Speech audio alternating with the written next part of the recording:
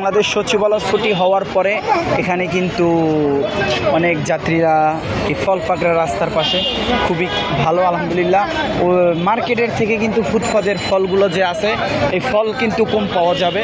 এই ইয়ার চাষ কাকা ভালো আছেন? ভালো আছেন বাবা? বাবা ভালো আছেন? আসি বাবা। তো ড্রাগন কত করে বেছেন?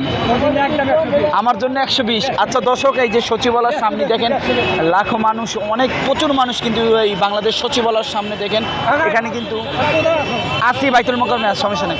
দর্শক এদিকে কিন্তু যে কাঁচা খেজুরটা আছে, কাঁচা খেজুরটা কিন্তু মানুষে খুব কিনতে আছে। দেখেন চাচা কাঁচা খেজুর কত? দর্শক দেখতে পারতেছেন চাচা খেজুর কত? চাচা দর্শক দেখতে পারতেছেন যে 1 কেজি খেজুর, কাঁচা খেজুর 250 টাকা। সচিবালয়ের সামনে দেখেন এখানে সরকারি কর্মকর্তারা কিন্তু বেশি কিনতে আছে বর্তমানে। দেখেন এদিকে আম, এদিকে দেখতে পারতেছেন যে আম এই সচিবালয়ের সামনে। মামা আমের কেজি কত মামা? মামা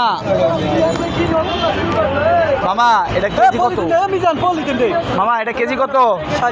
60 টাকা। দর্শক দেখতে পাচ্ছেন এদিকে কিন্তু ভালোই জমজমাট।